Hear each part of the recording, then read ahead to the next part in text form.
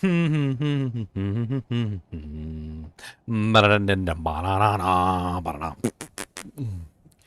guys and gals, and welcome. So, Diablo 4 Season 2 starts tomorrow.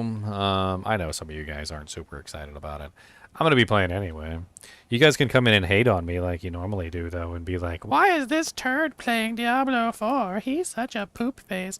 How dare you play this game? I'm unsubscribing right now. You guys can go ahead.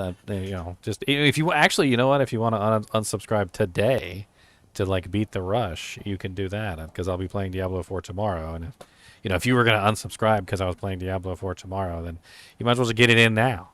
Then you just get it in now, and then you won't have to worry about it tomorrow. But I'm just gonna play whatever games I want to play. So that's right. And we're going to play Diablo 2 today because I'm still upset that they put Diablo 4 Season 2 so close to Diablo 2 Season 5, which pissed me off a little bit because I really wanted to play more Diablo 2 Season 5, and they're butt faces for it. And I'm kind of mad at Blizzard for putting them so close together. They said they were going to put them separate. They were going to separate them, and they didn't. And I don't know what the hell's going on. This is not separate, Blizzard. Like, we had like a whole 2 weeks to play Diablo 2 before you popped up Diablo 4 Season 2. Like, that's not nice. That's not kind. That's not good behavior, okay? I'm gonna start pimp slapping people at Blizzard. I don't think they'd mind. We got lots of news going on, so let's cover some of this news real quick, just for fun. So first off, if you guys didn't hear, I did post it on the community board. If you haven't paid attention to the community board, you probably should to pay attention to the community board. There is a official word on Blizzard finally buying out, Microsoft finally buying out Blizzard. If you guys haven't seen it. So Blizzard Activision is officially owned by Microsoft now. If you want to read some more about that, I do have a link for you. Here, let me pop the link in chat real quick. I don't know if this is going to be a good thing or a bad thing. Personally, I don't think Blizzard does a very good job managing their games. I know. Way to never get sponsored by Blizzard. Ginger Gaming Mentor, but they really don't. They don't do a good job sponsoring, like managing their games, and I've always felt they sucked at it. And the only reason Diablo 2 Resurrected even turned out anywhere near as good as Diablo 2 Resurrected turned out is because it wasn't made by Blizzard. It was made by Vicarious Visions, which is also part of the news that I have today. So Vicarious Visions was rebranded Blizzard Albany when they purchased Blizzard Albany. And if you take a look at Blizzard Albany and you go down the list and you look at the games that they've been working on by the year, what you'll notice is that in 2021 they were working on Diablo 2 Resurrected, and they got changed to Diablo 4 in 2023, which on my eyes is a very good thing because Vicarious Visions did such a good job on Diablo 2 Resurrected. I expect great things from them from Diablo 4. And it's actually kind of ironic because if you look at some of the most recent changes for Diablo 4, they are very Diablo 2-esque. The resistance system, for instance, is very Diablo 2-esque. The endgame boss loop, very much so resembles Uber Tristram. And I have a feeling that a lot of the changes that we're seeing in Season 2 are actually coming from Vicarious Visions, not from Blizzard. But I digress. Microsoft is now going to be owning Blizzard, and we're going to see probably some pretty crazy stuff going on with that. So our new Microsoft overlord may make some serious changes to Diablo 2, and in the process, I don't know whether that's going to be a good thing or a bad thing, to be perfectly honest. I mean, if we look at some games that Microsoft has taken under their wing, they've turned out really horrible. However, some other games that they've taken under their wing, like Minecraft, for instance, have seen constant, massive content updates and seems to be doing way better under their management. So what we're looking at here is Microsoft going to be a better manager than Blizzard? And I think Blizzard, honestly, was such a terrible manager of their properties that can Microsoft really do worse than Blizzard was doing? I guess that's the question. So I guess we're going to find out. Also, if you guys haven't seen, I got a whole bunch of new merch on the merch shop. And if you are a member of the channel, you do get a discount, by the way. So do make sure you check the community page and you look at your membership, sorry, your membership page. There is a, I think it's a 10% discount for all channel members there in the thing. You just got to click on the link, I think, and it pulls it up. But I got some cool new stuff. Like I got some mana potion mugs and health potion mugs and things like that, and some tumblers and whatnot. There's some pretty cool doojanks up here. There's also a pretty sexy mouse pad. If you guys haven't seen the mouse pads, those are mana and health pot mouse pads. And then I also have, of course, the Shaco hat and the peasant crown, which you guys saw previously. You guys bought a whole bunch of those. I really appreciate it. And then, of course, I got the Kubus hoodie. That's a whole nother shirt. Kubus the Monster Dog. The Monster Dog. I even got some sleeveless varieties if you want a sleeveless shirt. I mean, it's all up there on the website if you want to take a look at it.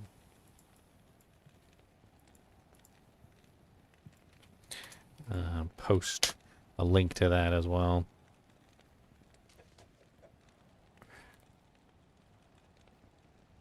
I mean, one of the things that I don't like about Xbox, and this is just my personal opinion, there's too much signing in, signing out, like bullcrap going on.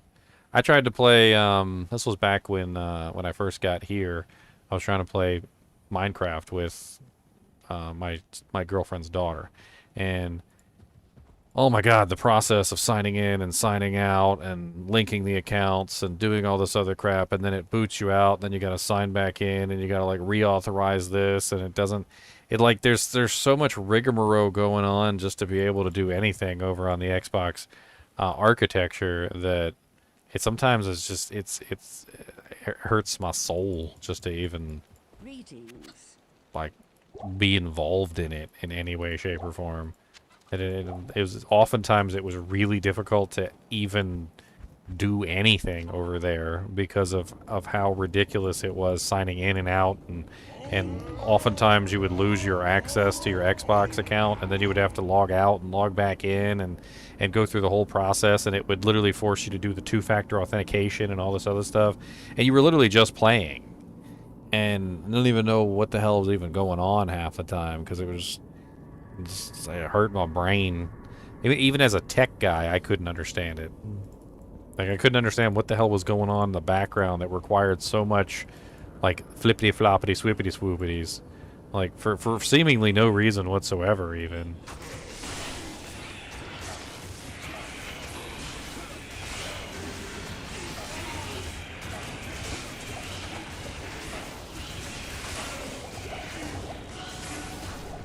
That was a big pack of ghosts, I'll tell you what.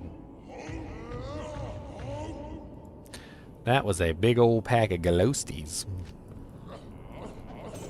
Oh yeah, and if you guys haven't seen, I do have my build up for Diablo IV.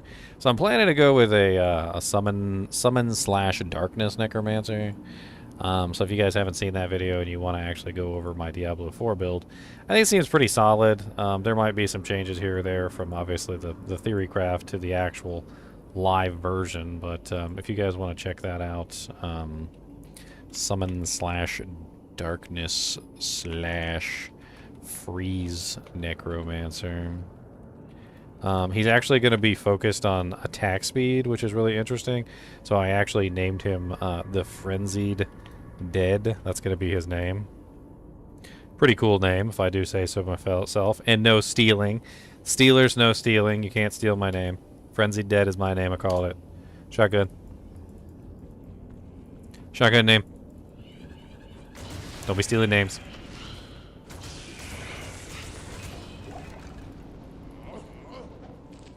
No, runes haven't been added into the game yet, no. I mean, runes weren't added into Diablo II until, like, 1.08, 1.09, so... I mean, it's not like we can really be upset about it. It's locked. I mean, I said this before at the launch of Diablo 4, and it still stands. You can hardly compare Diablo 4 and Diablo 2 at launch to each other because they were both broken pieces of garbage at the beginning. I know the great Diablo 2 never has done anything wrong, but for those of us who actually played it in the beginning, before all the patches hit, it was pretty rough. Like it was rough in the beginning, and Diablo 4 is in a rough shape as well. And they need to do some polishing. I don't think they know how because they didn't add enough sockets to the items.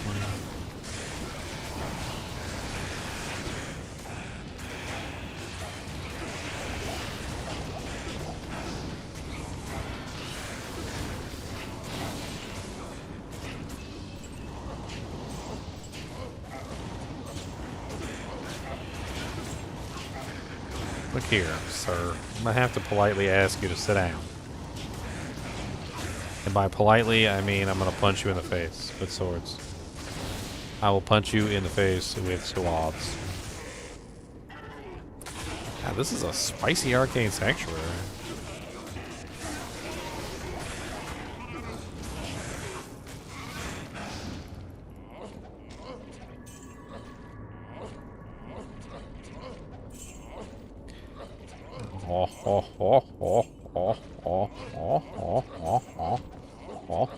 Oh, white Shaco. That's some BS. See that white Shaco fall out that monster? All that magic fine I got, and I got a white Shaco. Couldn't even be blue. Couldn't even be blue.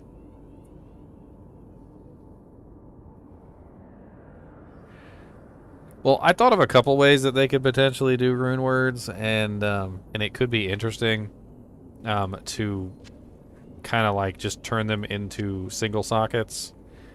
So think about it like this. A rune word in Diablo 2 is putting in multiple runes into a single item and gaining those effects, right? So you gain the effects on that item. Well, imagine if they did something similar, but instead of for Diablo 4, instead of it being in one item, maybe you put those runes in the right order, but like top to bottom on your equipment. Like one rune goes in your helmet, 2 runes go in your armor, 2 runes go in your pants. And then if you put the runes in the right order, so, 1, 2, 3, 4, 5, you gain a rune word for putting in the runes in that order in your equipment, and then you have the rune power coming from the runes. That could be an interesting way to do it, is kind of like spread the runes out across the equipment. The moral of the story is they just don't have enough sockets in the gear in Diablo 4 to really have the rune words that we're looking at. You need up to 6 sockets to be able to make rune words. And granted, you don't necessarily need 6 socket rune words, but 2 sockets just isn't enough. There's very few 2 socket rune words in Diablo 2, and the 2 socket rune words that are in the game are not really all that powerful. I mean, I don't even think there's a single 2 socket rune word in Diablo 2 that is usable at end game. Allow me to advise you. I'm pretty sure there's none. I mean, I'm thinking of things like Zephyr and Wind and Stealth, but none of those are really end game viable. The 2 socket ones are just terrible.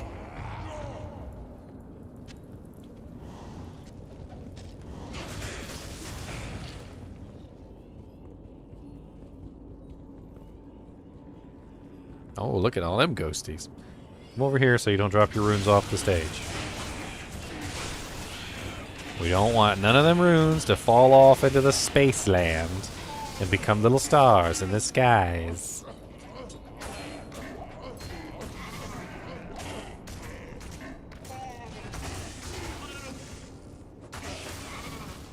Smoke is decent, but it's still not endgame viable, really. I mean, it's there, and I'll definitely say that you can use it at endgame, so I mean, I'll give you that one. But for the most part, it's still not something that you would ever see a respectable player actually using, once they get their character set up as being best in slot. I mean, and to further your argument that it's a decent rune word, I'm currently using a smoke right now, so I guess smoke is still at least a decent rune word for endgame. even if it's not your endgame best in slot. So I'll give you a smoke. That's a decent one.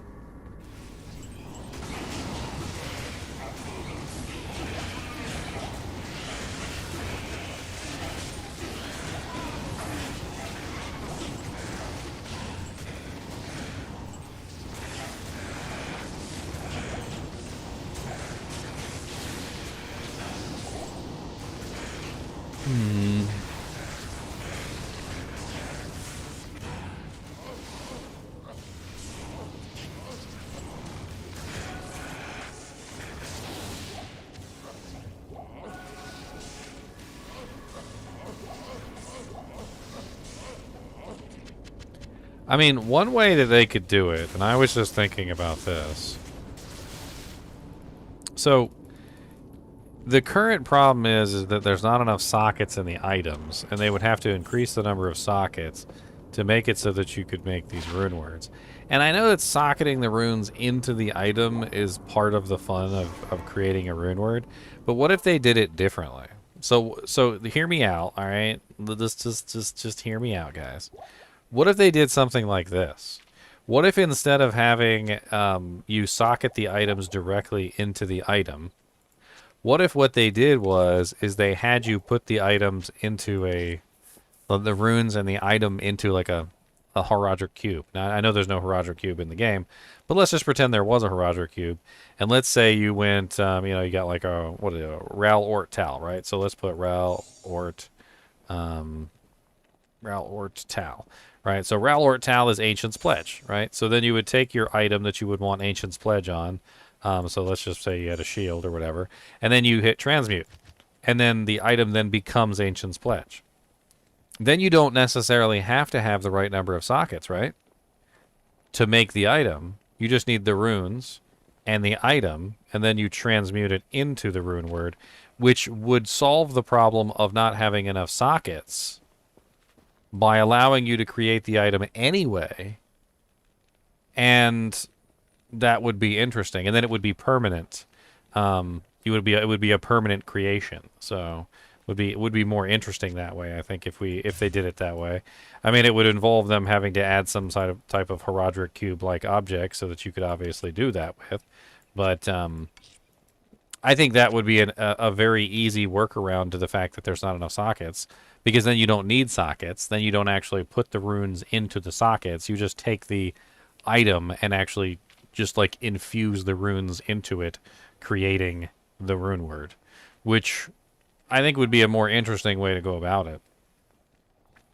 I think another way to go about it, which would be interesting, is instead of putting the runes into a white base item, you could potentially put the runes into a rare item, giving you more customizability over the end result. So you'd find a rare item, and so when you make the rune word, so to speak, it would then become, like an actual powerful item with the additional effects of the rune word attached to, say, like a generic rare item with a certain number of effects on it. So you could make something rather interesting, something powerful that would be on par with a unique item, or on par with a like a really nice legendary. And it would be a permanent creation. So you would take the runes, you would take the item, put it into the thing, hit the transmute button, and out would pop the rune word with the special effects that you want on it. I mean, in much the same way that we do in Diablo 2, right? You look for the right weapon base with the right type of effects, and then you make your rune word in that item.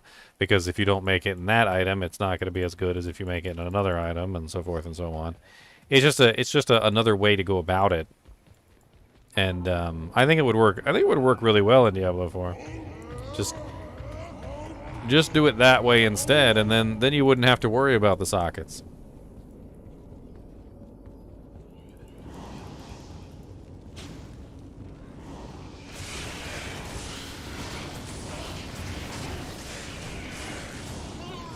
And then, just like the Monopoly game over at McDonald's, the more rare and hard to get rune words would be governed by the more rare and hard to get runes. So just like in Diablo 2, you end up with a situation where, hey, you can't make X rune word without, the really nice Burr runes. And I'm going to be perfectly honest, they need to just use the same runes from Diablo 2. I played Diablo Immortal for a little while. I know they gasped. And man, I don't even know what the hell the runes were in Diablo Immortal. They had like... Let me pull it up real quick just for lulz.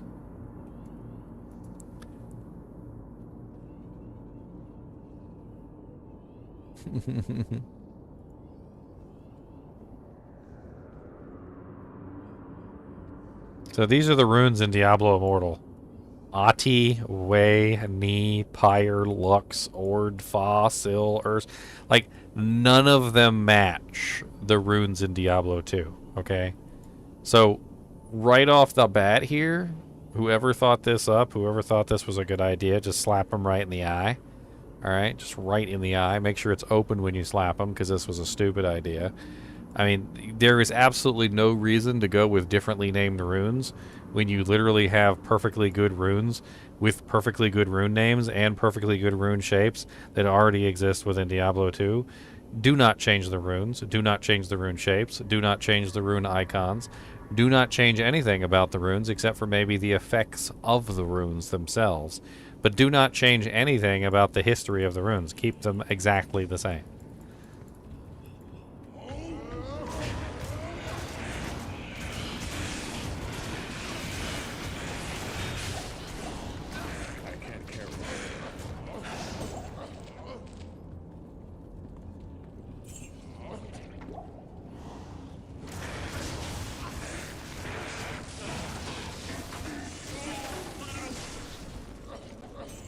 I'm so glad they finally fixed the resistances, though, in Diablo 4. There was just something completely wrong about not being able to cap out your res.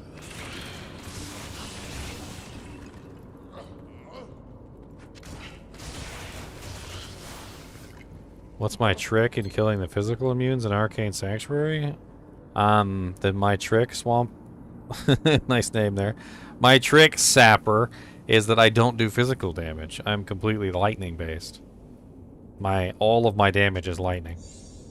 Lightning, chain lightning, static, lightning itself. I also have lightning damage charms, the whole 9 yards, and I'm reusing 2 crescent moons for negative lightning resistance. I'm not using physical damage. I'm using lightning damage. This is a lightning damage character. It may look like I'm a physical damage character, but I'm not. I am a pure lightning. And it's very, very frightening. It's frightening me. Galileo, Galileo. Figaro, Figaro. I'm just a poor boy with a poor lightning tree.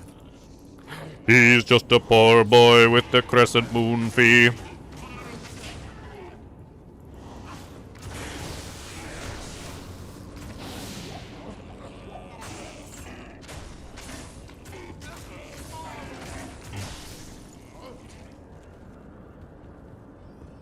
I'm still waiting for public test realm, by the way. They're still there. I'm gonna object wholeheartedly. They're still forcing us to test out all the changes with the latter season. We still don't have a public test realm. We still can't go in and test none of this stuff out in advance. I mean, they're not helping us out here. They're not. This is not the correct way to do video games.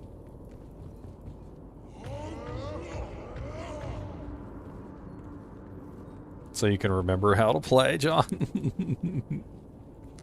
That's right. Oh, we're talking about Diablo 4. If you guys are in the kinship and you want to talk about Diablo 4, I'm down here in the Diablo 4 channel. I mean, I went ahead and made specifically a Diablo 4 channel just so nobody would get mad. You know what? Let me rename it a little bit too, so it's more obviously Diablo 4. That way we get no what? I was gonna say well wishers, like we're in Hobbiton. Good days. There we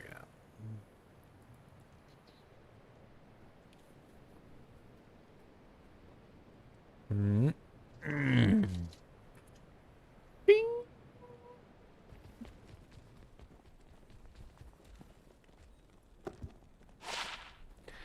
Coronet of Excellence. Yes, the negative lightning resistance from both swords stacked together to equal negative 70, Edward Bailey.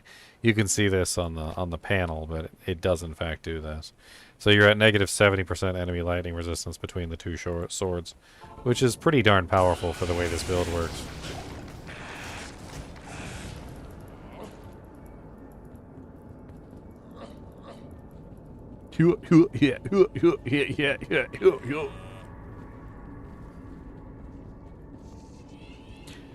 I do not want them to add set items. Every single time somebody cries about them not being set items in Diablo 4, I literally cringe a little bit and a little piece of me dies inside.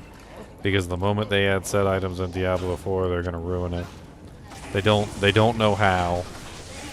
Don't ask them to. They don't know how to do it properly.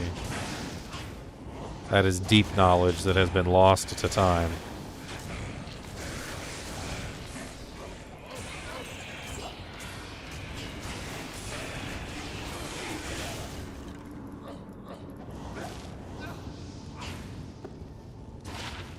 That is the deep knowledge. The lost deep knowledge. I will challenge every single one of you who really thinks that there should be sets in Diablo 4. I'm challenging you right now. Go play Diablo 3. Go play Diablo 3, and you tell me if you want those crappy garbage sets that are in Diablo 3 and Diablo 4. Because the people who made Diablo 4 did not make Diablo 2. And the sets that come into Diablo 4 will not be Diablo 2 sets. They will most likely be Diablo 3 sets. They will, with almost 99% assurity, be almost identical to the sets that are in Diablo 3. So you go play Diablo 3, play around with those sets in Diablo 3, and then come back and we'll have a serious conversation about whether you really think that sets belong in Diablo 4. Because I guarantee you, after you play Diablo 3 and you realize how ridiculously broken and stupid those sets are in Diablo 3, you'll come back and go, yeah, I don't want sets in Diablo 4.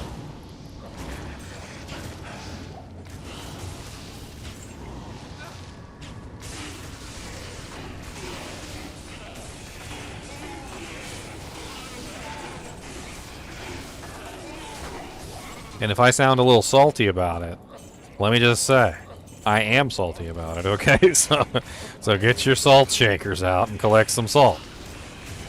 The sets in Diablo 3 were a big tragedy for me. Hated them damn things. Hated them. Hated them stupid things. Freaking Lycanders. Lycanders is a good mid-range. Spears on pike. Of course, it's only for Spears-ons, so... Tends to be incredibly cheap and, unfortunately not worth taking back to town. Unless somebody actually wants it. But very good mid-range Amazon pike. For sure. Although if I was choosing, you know, choosy kids choose Jif. If I was choosing, I would choose the Honsudan Yari, because it's a better spear all around.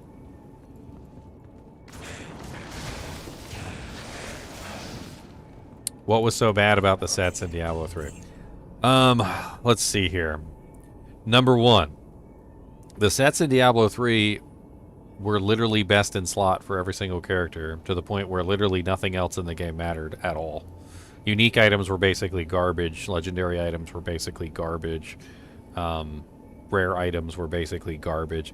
The only thing you played in used in Diablo 3, for the most part, with some very few exceptions, was sets. That was it. Number two, the sets in Diablo 3 were so broken, overpowered, that like you literally just did what the set told you to do. Number three, that was a big issue as well, is that the sets literally didn't let you play how you wanted to play. You literally had to play exactly as the set told you how to play. So you lost all originality and all creativity in the game. All the originality and the creativity was completely stunted by the sets.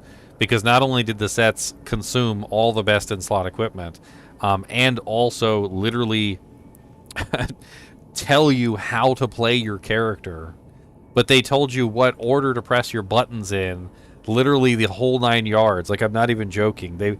The sets would literally tell you, they're like, use this skill and then use this one, and then after you use this one and this one, then use this one, and when you're in trouble and you're going to die, use this one. And it would literally go through the process of telling you exactly how to play your character, and it was the most boring stuff I'd ever seen in my life.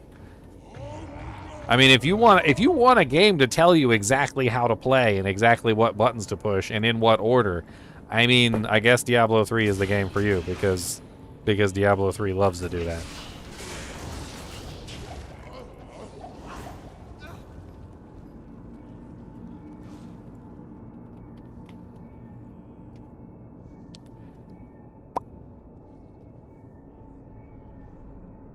I mean, let me give you an example. I'm gonna pull up an image here. Alright, so this is an image of the Immortal King set. Alright. So, what do I mean by it literally shows you how to play your character? Alright, so let's read it, right? All it takes is somebody with a little bit of like third grader knowledge to be able to read. Call of the Ancients lasts until they die. Okay, so use Call of the Ancients. Reduces the cooldown of Wrath of the Berserker and Call of the Ancients by 3 seconds for every 10 fury you spend with an attack. Okay, so I'm using Wrath of the Berserker and Call of the Ancients. While both Wrath of the Berserker and Call of the Ancients are active, you deal 400% increased damage. Alright, so what I need to do is make sure Wrath of the Ancients, or Wrath of the Berserker and Call of the Ancients are active at all times. Right? And then I get 400% damage. Check. Okay. So I'm going to be using Call of the Ancients and Wrath of the Berserker, and I'm going to spend as much fury as I can. And I'm going to make sure that they're active at all times so I get my damage buff. And every single set like this is in Diablo 3 is like this. They literally not only tell you exactly how to play your character, and they consume every slot, by the way. So it's not like the sets were just like 1 or 2 piece sets. No. You got Immortal King's helmet, Immortal King's armor, Immortal King's irons, Immortal King's stature, Immortal King's belt, Immortal King's stride. Like, they literally consume almost every single slot on your character. And all the sets are like this. They literally just consume every single slot on the character. So there's like no build originality. There's no like actual deciding how you play your character or what gear your character has on, because every single piece is basically decided for you. You wear the set, you do what the set tells you to do. If you don't do what the set tells you to do, you fail.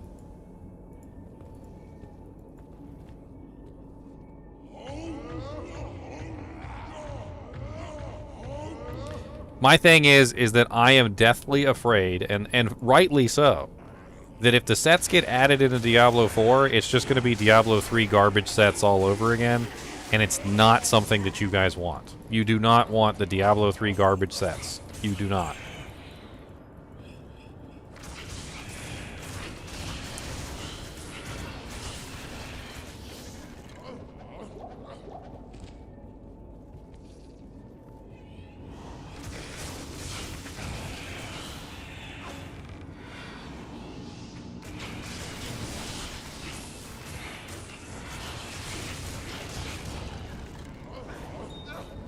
Give me my runes!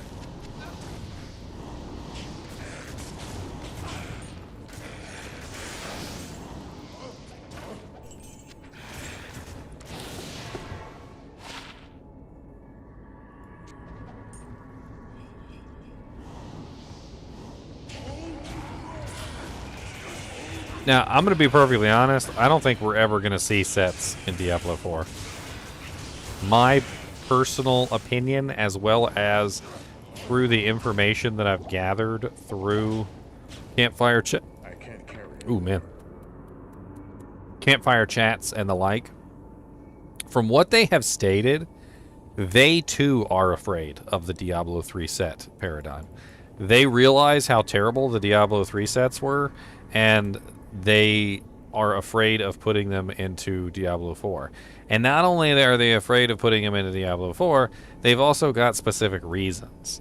We can write these down real quick and you'll understand even better. So, number one, when you look at Diablo 4, one of the things that they really tried to do was they tried to make it so that people would have personal agency. I'm not sure if you guys ever even know what the hell that means, but it basically means that like your choices matter. Okay, so let's put that in quotations. Your choices matter. Okay, so the last thing that they're going to want to do is add in sets that kill personal agency. Okay. And they basically said this in one of the campfire chats. Was they said that they didn't want to add sets into the game because in Diablo 3 the sets basically killed the player's personal agency, which made it so that their choices didn't matter. That they were basically just doing what the game told them to do. And because they are so focused on creating a system where the player's choices matter in Diablo 4, so you can build whatever characters you want and have fun designing whatever things you want, they don't want to add sets like that into the game. Now, they did say that they were going to try and rework sets into a way, so let's put that as number 3. Rework sets into a way that doesn't kill personal agency. Okay? But the problem with this is that you really can't make sets function properly.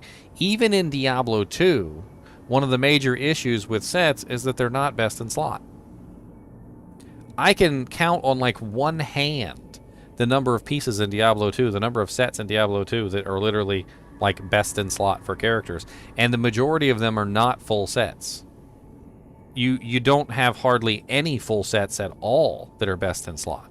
It's usually small pieces of sets, like 1 or 2 or 3 pieces of a set that will be best in slot, right? So you have things like 3-piece Trangs as best in slot for poison necromancers, or Trang's belt by itself can be best in slot for a specific class, or Death's 2-piece gloves and belt can be best in slot for a specific class, but it's never the entire set, right?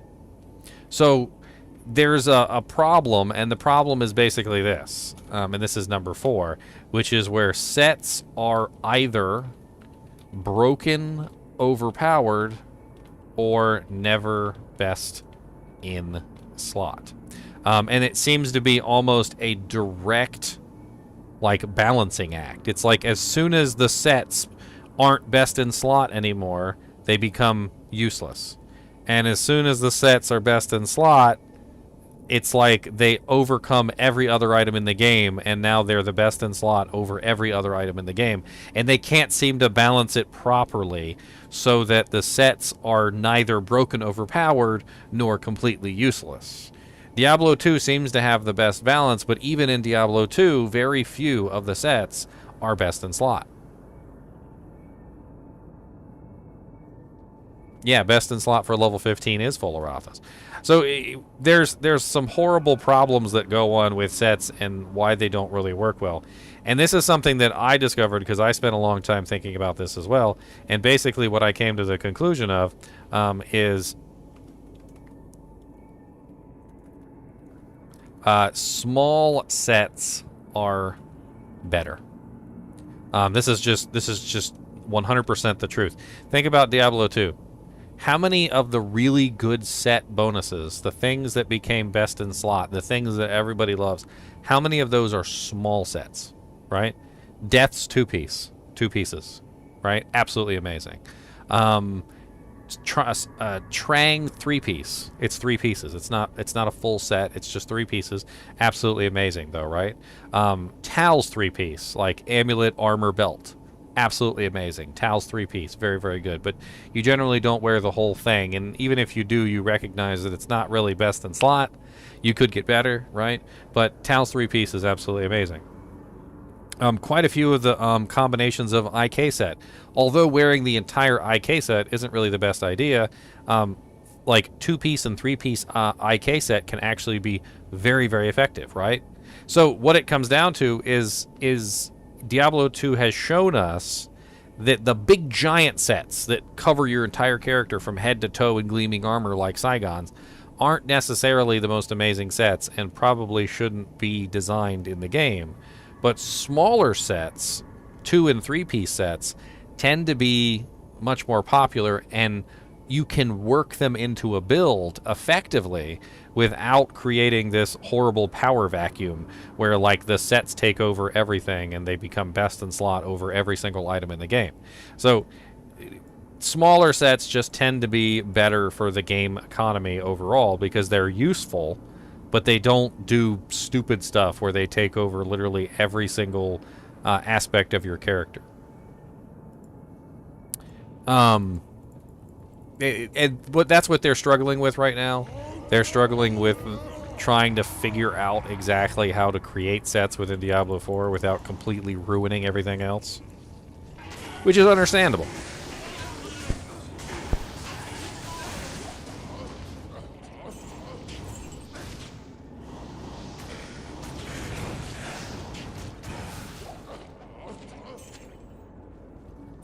Now, rune words, on the other hand, I'm really excited for rune words. I hope they do add rune words in, because rune words are single items, and I think that's the most fun thing about rune words, is that you can't have like a best-in-slot whole character full of rune words.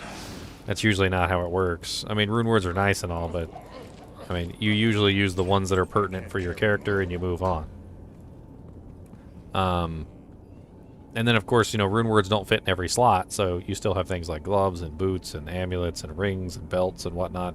And so even if you're using, like, rune word weapons and rune word armors, you know, you might still not be using, you know, rune word everything else.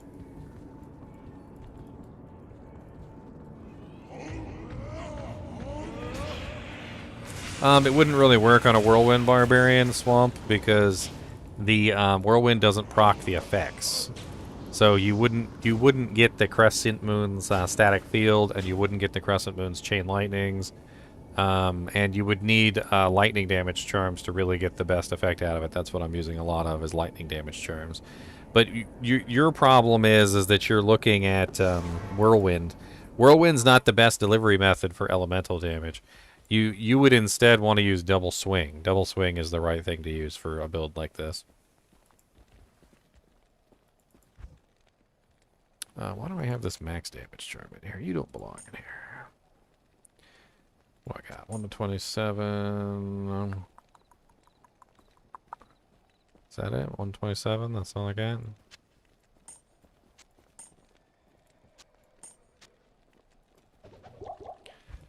Think anything better than 1 to 27? 1 to 21. Another 1 to 21. I got all these like leftover ones that are not quite as good as the other ones that I'm holding on to. What's the strongest Barbarian build? I mean, it depends on what you're trying to do, I guess. A lot of people who build Barbarians usually end up going for Magic Find builds, which tend to be very simplistic. Lots of Magic Find, shouts, things like that. They're physical damage characters, so I don't know. Berserk tends to be really powerful, but it's also, because it kills your defense completely, it sometimes can be very difficult to balance out properly for survivability. Whirlwind is very fun. I don't know if it's the most powerful, but it's definitely fun. I personally like Double Swing. I think Double Swing is one of the most powerful abilities on the Barbarian. It's really underrated in my opinion. It attacks extremely fast, 5 attacks per second, which is kind of nuts. As you can clearly see by how fast my Barbarian literally just is swinging his swords. He can dish out some pretty crazy damage with Double Swing. I mean, Barbarian is one of those characters that just has problem with delivering his damage to the target. Always has. I've actually been very impressed with this build this season, the one that I made with the Thor Barbarian. I think it's one of the most powerful builds I've created so far. I mean, the way that he just walks through physical immune monsters like this is pretty impressive.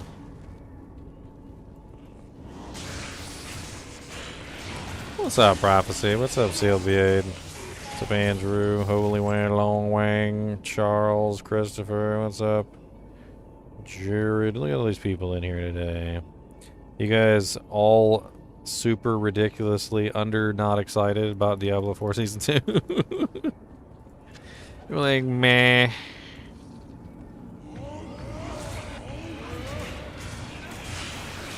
Which Barbarian do I think is the easiest to survive? I mean, survivability-wise, I think it's hard to beat the Concentrate Barbarian. Concentrate Barbarian is kind of ridiculous.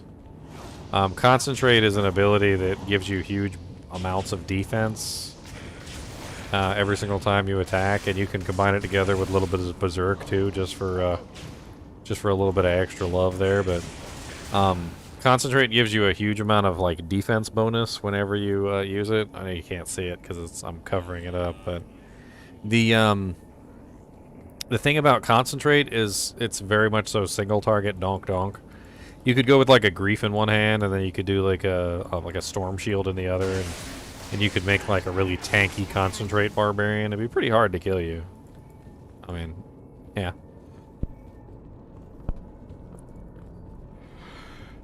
Ooh, man. Yeah. What's up, Intronaut? How's it going?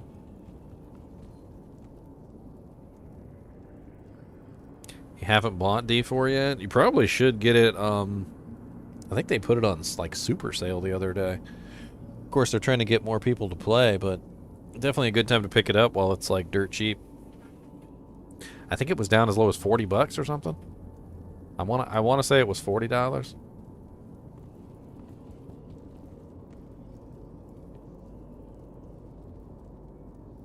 I'm hyped to try out my Summon Necromancer. I don't know if I'm hyped for Diablo IV specifically, but I love Summon Necromancers, and they beefed up the Summon Necromancer in Season 2. So I'm actually kind of super excited to try out like a full Summon Necromancer and see how it rolls. If you guys haven't seen my Summon Necromancer build for Diablo IV, I did just recently put that video up on my YouTube channel, so you can take a look at that. I mean, you can copy me if you want to. I don't care. Just give me credit with your friends and link the build. Be like, oh yeah, I'm following Ginger's guide. Ginger Gaming Mentor on YouTube. He's got chinchillas and he's got a beard.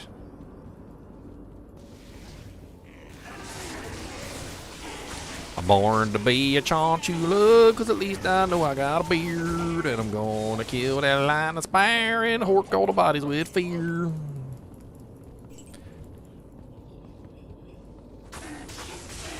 I'll tell you one thing though, I want a mod to zoom out my character. I ain't ever wanted to like illegally mod a game before, but if Diablo IV don't let me zoom out, I think one of these days I'm just going to do it anyway. I'm gonna find a mod that lets me zoom out. I can't stand how close the camera is.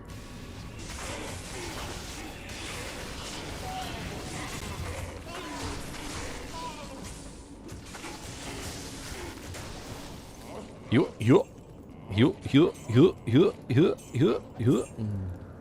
locked. I can't. And I was born to be a born, cause I got a gargoyle head. +3 to, wow. Okay, that's actually kind of nice. +3 to Iron Golem, +3 to Summon Resistance? What? What? The only way that could be any better is if it had +3 to Golem Mastery. That's really freaking cool.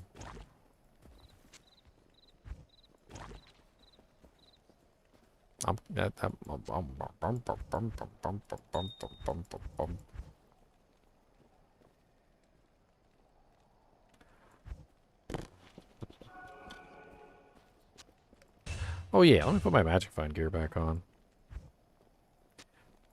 I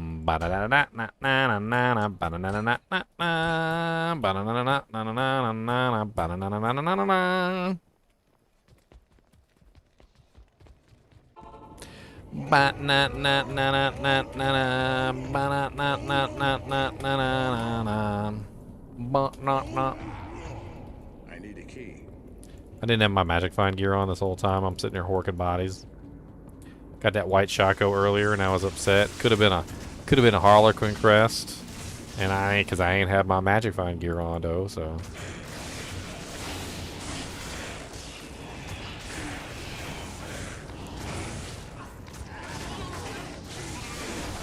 accounts are cross progression.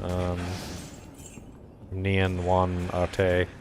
They're cross progression, so when you log into your account from your anywhere you're at, if you're logging into the same account, you'll have access to the same characters. So So yes, cross progression is totally a thing. You can take your character that you played on console and you can hop onto it on your PC. That's how it works. What do I plan to do with the base? Nothing at the moment. Do you want it F is F? F is for F? I mean, if you're doing an Iron Golem and you want to set up an Iron Golem Necro, I mean, I'll give it to you. I ain't worried about it.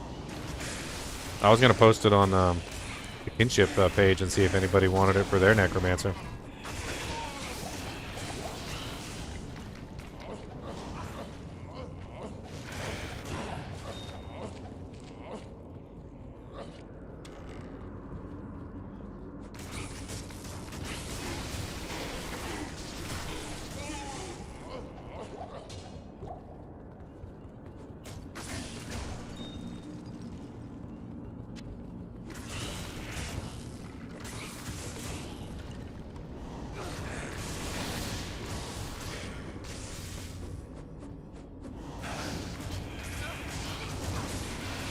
I mean, if you're asking what rune word you would put in there, it's simple. You would put Splendor.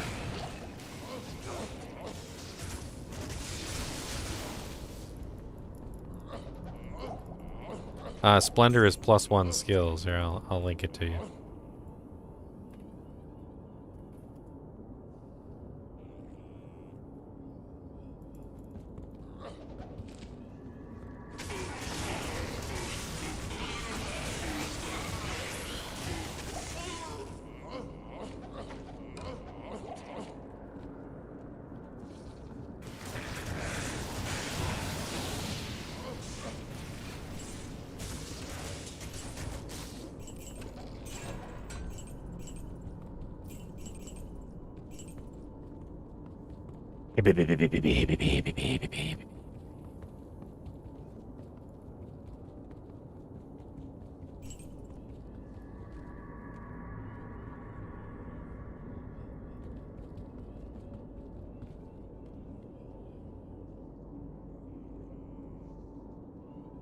What the hell is that on my screen?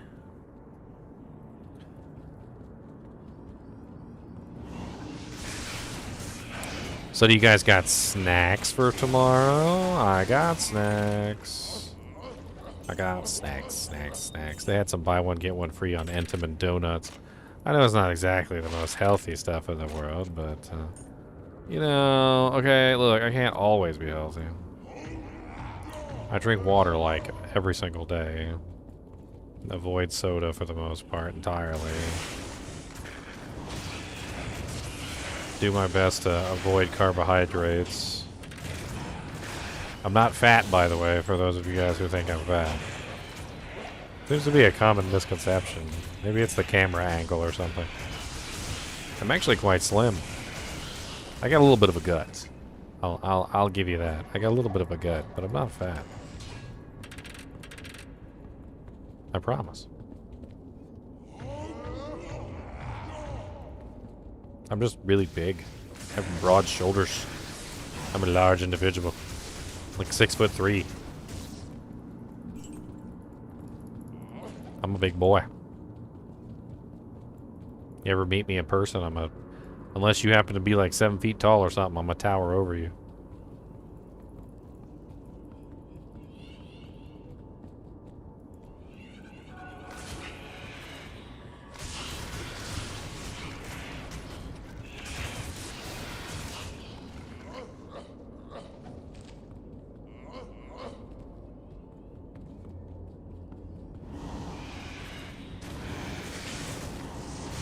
Yeah, Fallout 76.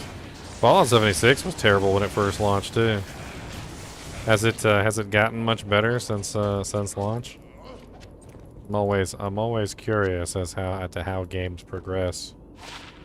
Of course, with how bad it was at launch, I would assume that it's just probably not anywhere near as populated as it would have been otherwise.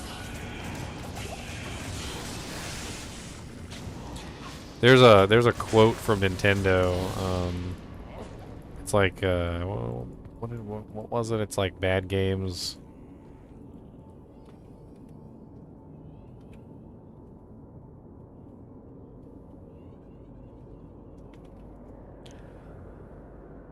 Where is it?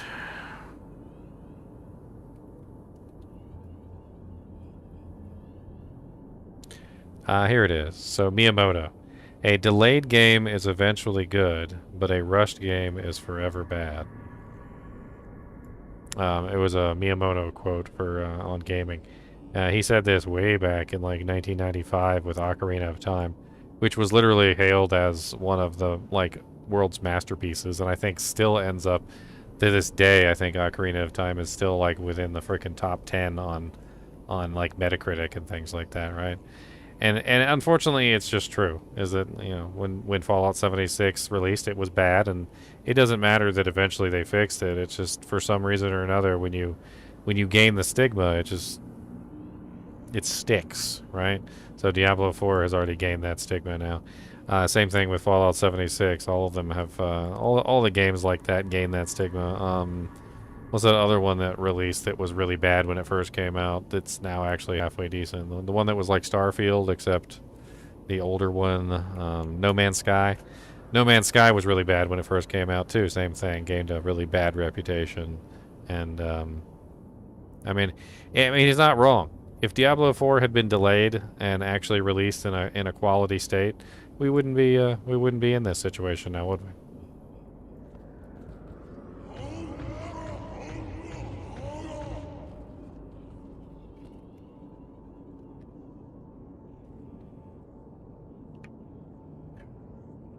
Cyberpunk I actually enjoyed. I am one of those few people that I'm on the other side of the fence. I don't think Cyberpunk was that bad of a game. I think Cyberpunk was actually pretty good. I think that game was amazing, and I loved it, and I played it until I couldn't play it anymore. But I don't really see the hate for that game.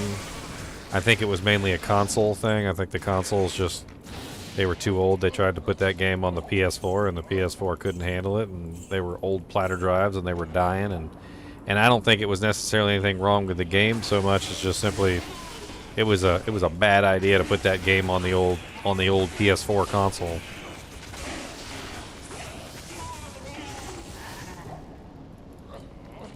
I mean, my computer wasn't all that amazing when I played it. I mean, my computer's been upgraded significantly since then, and I didn't have too much of an issue. I was running a GTX 1080, not a 1080 Ti, just a 1080. I was running... what was I running at the time? I wasn't even running this processor yet. I was running the 3800X. Yeah, I was running the 3800X with a 1080. And 16 gigs of RAM. I mean, it wasn't like the most beast system or boss system that ever existed.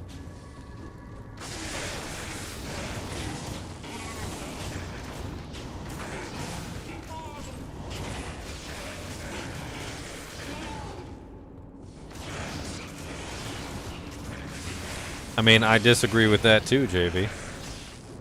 So, as it turns out, apparently, if you played the game on a brand new PS4, one that didn't have an old-ass hard drive that was literally dying, it wasn't an issue. Apparently, the main issue that there was on the PS4s, the old PS4s and the PS4 Pros, apparently it was load times due to the fact that the hard drives were old and dying. So they probably did test it on the PS4. They just tested on a PS4 that didn't have an old and dying hard drive. They may have even tested it on a PS4 that was upgraded to a solid state, who knows. But they tested it on the PS4 on a system that wasn't old and dying. And the fact of the matter is that when you look up and you see when the PlayStation 4 came out, and when Cyberpunk came out, I mean, this is a really simple exercise. You just look up PlayStation 4 release date, all right? And the PlayStation 4 release date was November 15th of 2013, all right? So, you take this date right here, and you look at the difference between this date and Cyberpunk, all right? So then you type in Cyberpunk 2077 release date, all right? Cyberpunk 2077 released in 2020, December 2020. All right. So you add those two numbers together, or you subtract, or do whatever you got to do to get your math done, right? So 2020 to 2013 to 2020. What's that a difference of? Right? So, you know, since I am absolutely horrible at quick math, let's pull up our calculator real quick so we can be absolutely silly. And let's take our 2020, subtract 2013, and you get 2020 minus what's it? Come on, stupid doojay. You get that was not correct. I am terrible at this. So you get 7 years. All right. So we have a difference of 7 years. All right. And then you can do another little simple experiment, and the simple experiment is how long do hard drives normally last?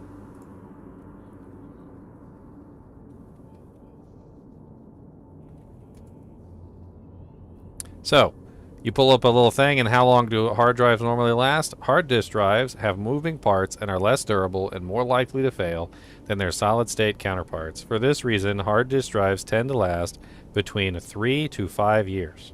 Okay? So what's the moral of the story? The moral of the story is that the PlayStation 4s that were produced in 2013 all had dying hard drives. They were all failing. Every single one of them were failing. And to actually complicate this and also prove it as a fact, if you look it up on the internet, you'll find that a lot of people that had PS4s and PS4 Pros that upgraded to solid states didn't actually have the issue.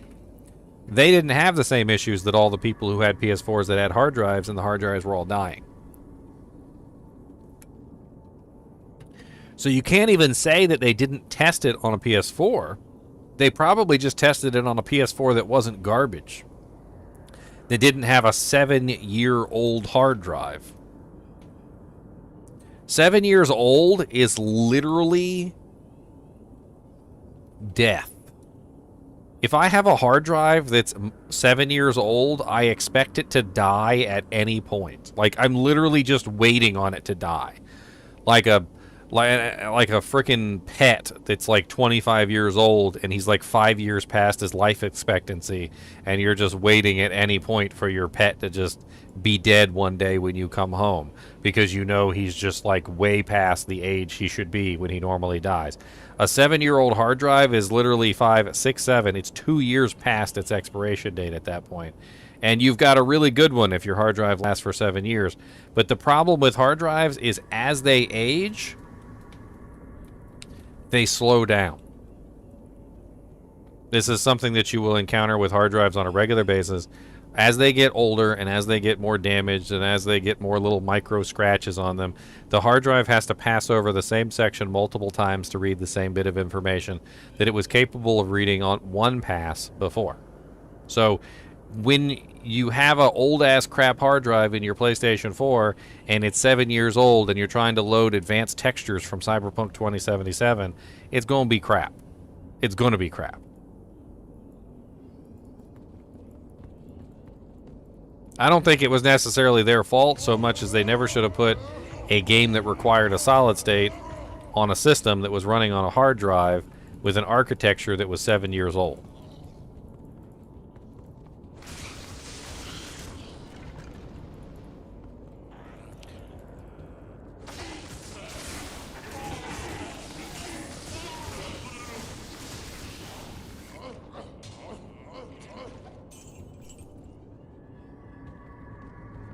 By the way, super easy upgrade that you can do to your PlayStation 4, by the way. If you're still running a PlayStation 4, or you have a PlayStation 4 Pro and you haven't upgraded to the PlayStation 5, super easy upgrade you can do is upgrade to a solid state. Doesn't cost very much money at all. There's guides out there on how you can do it all over the YouTube. I'm sure if I typed in YouTube right now, like PS4 solid state upgrade, I'm pretty sure I'd come up with a video almost immediately on how to upgrade your hard drive. And you can get a solid state replacement for probably like $50. Maybe even less. I'm not even sure. I'd have to take a look at the current prices. Solid state hard drives keep going down in price constantly. But upgrading your PlayStation 4 to a solid state is a very solid upgrade that you can do to make that thing last a lot longer.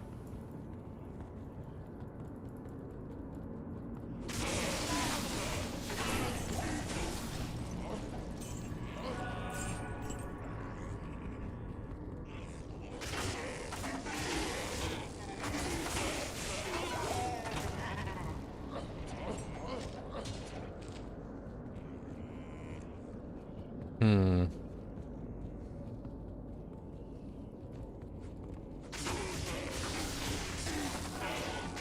— 27 years of difference.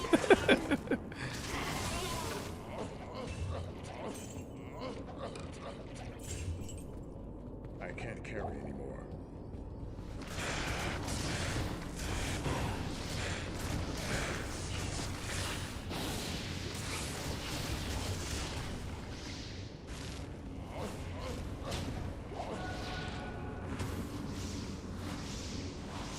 Don't be shooting your glacial spikes at me. I'll hork your dead I body. can't carry anymore. What's in that trident? Let me see that trident.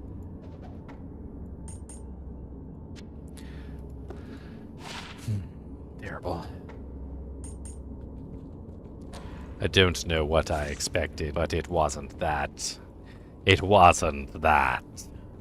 Not the horror. The horror of that trident there. You know, Mercenary, I count on you to be with me, okay? And you're not with me.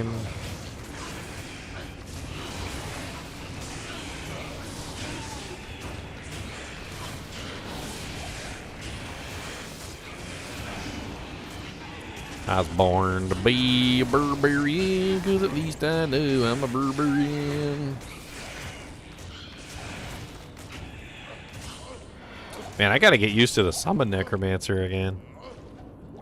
The playstyle between a barbarian and a summon necromancer is pretty different. Although technically I'm gonna be a hellbent commander in there swiping away. So we're gonna see how that works out.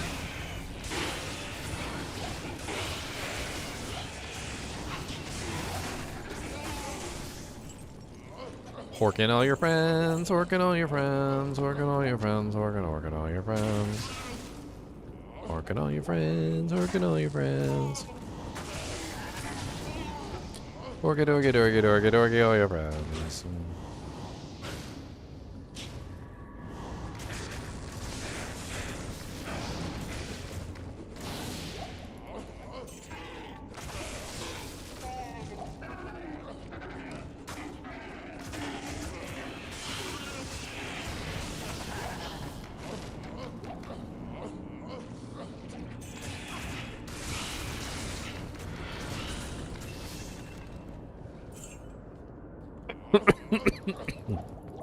What? Did I just get raided by a bot? Is there legit a bot in my chat?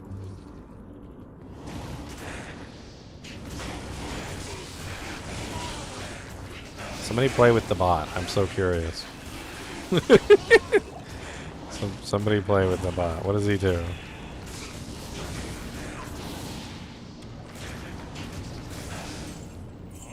What does he do? Somebody poke the bot. It's not my bot. I didn't know bots could enter chats that they didn't belong to. That must be something new.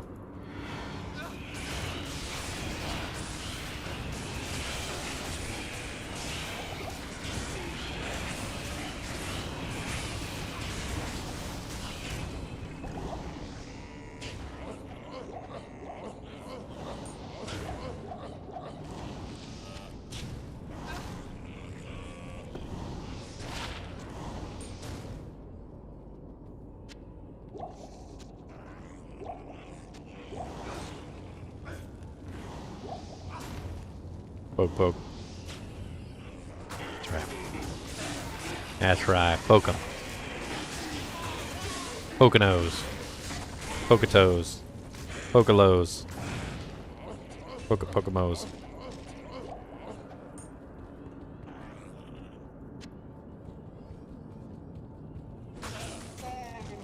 My Blizzard account shows that you own Diablo 2 Resurrected on console, but you cannot download it on PC.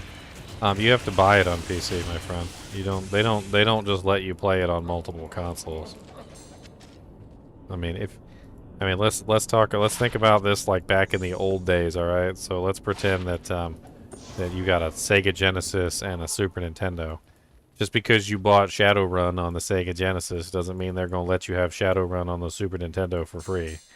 Doesn't work that way.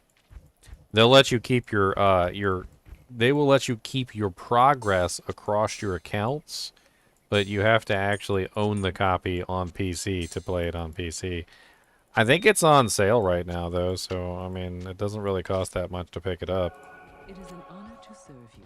Isn't it on sale right now? Wasn't there I'll take a look at the shop real quick. I thought they had a bunch of them on sale right now.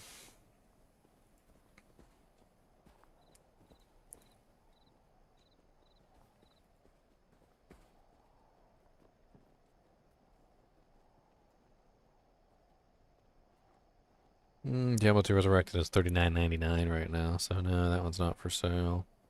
Or that one's not on sale.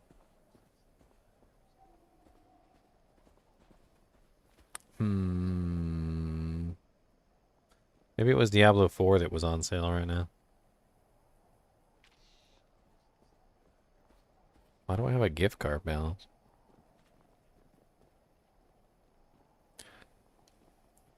What an odd amount of gift card balance I have. $4.02? Where the hell did that come from?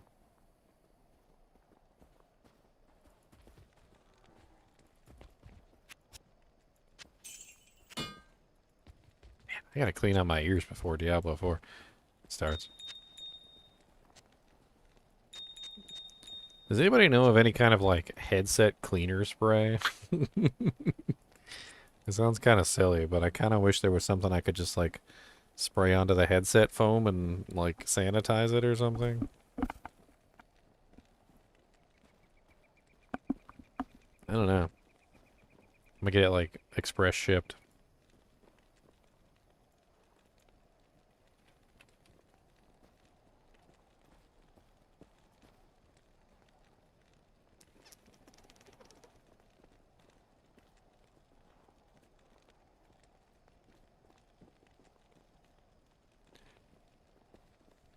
Hygienex headphones and headset cleaner spray bottle.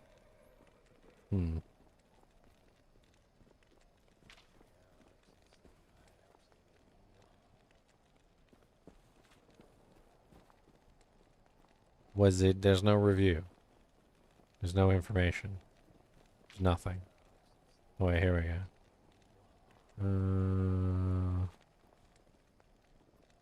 It's so bright. It hurts my eyes.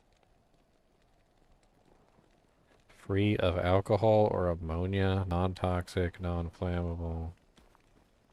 Unique property formula ensures your headphones, headsets, earbuds are left clean, properly conditioned, scratch-free, streak-free, and best of all, safe to handle in seconds. Okay.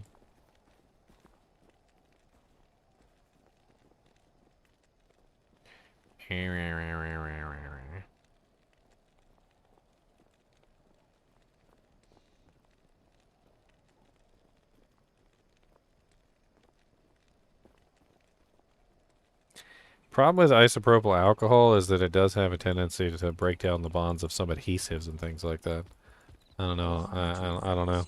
It's good for cleaning electronics, though. Yeah, you're right.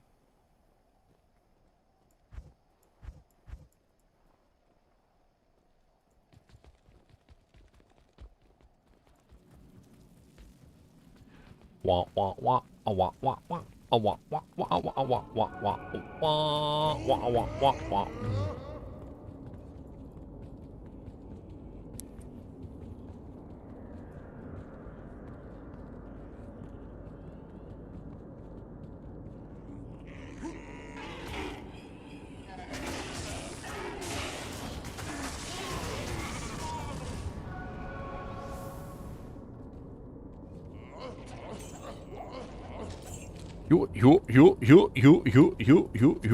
You.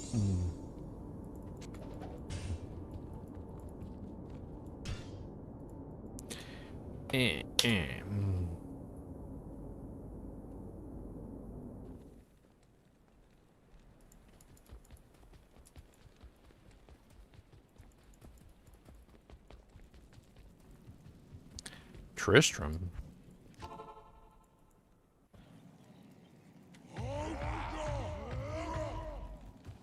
Let's go to Tristram and kill some stuff. We got to go to Tristram. It's really tough. Killing all the monsters and making them dead. And we're gonna hit them right in their big old head. We're going to Tristram. Oh, yeah. We got the harpoon. Yeah. Killing all the monsters and making them dead. We gotta hit them right in their big old head. Cause they want some. Yeah. We're gonna hork them. Yar. Ethereal Rondell. I can't stand not having no freaking ID scrolls now. Come on now. I'm gonna be playing Necromancer, Edward Small. I just put a video up on my channel for the build. It's a pretty interesting idea. I don't know how well it's gonna work, but definitely have some fun with it.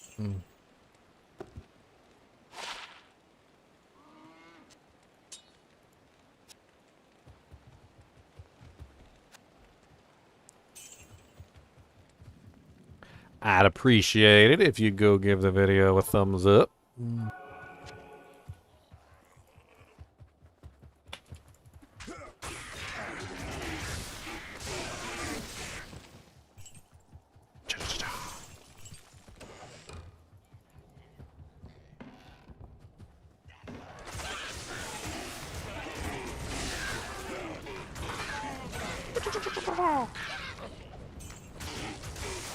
What's up, Ooze Wolf the Unholy? Give me some doojanks and shoosh.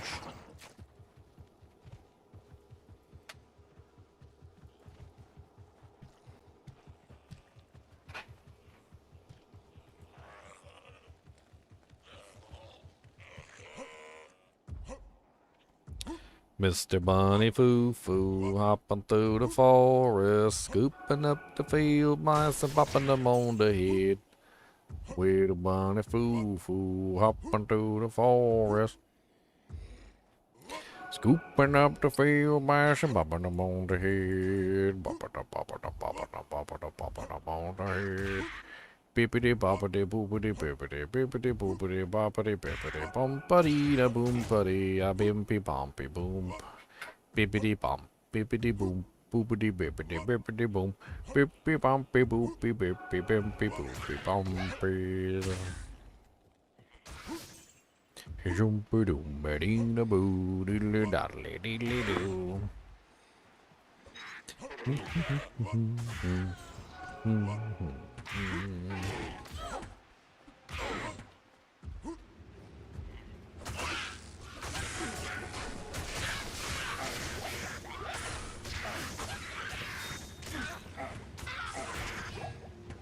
Yeah, die, sucker.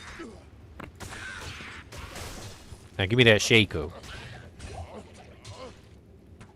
That was not a shake.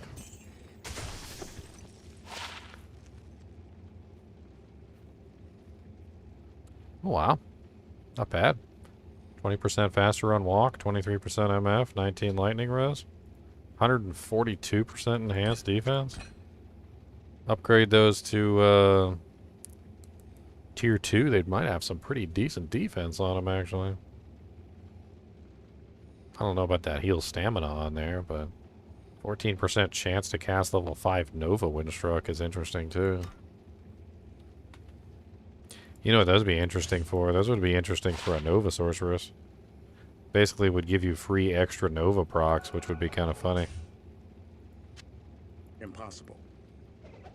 Magic Find, free Nova procs, a little bit of Lightning Res to counter your Lightning Sunder.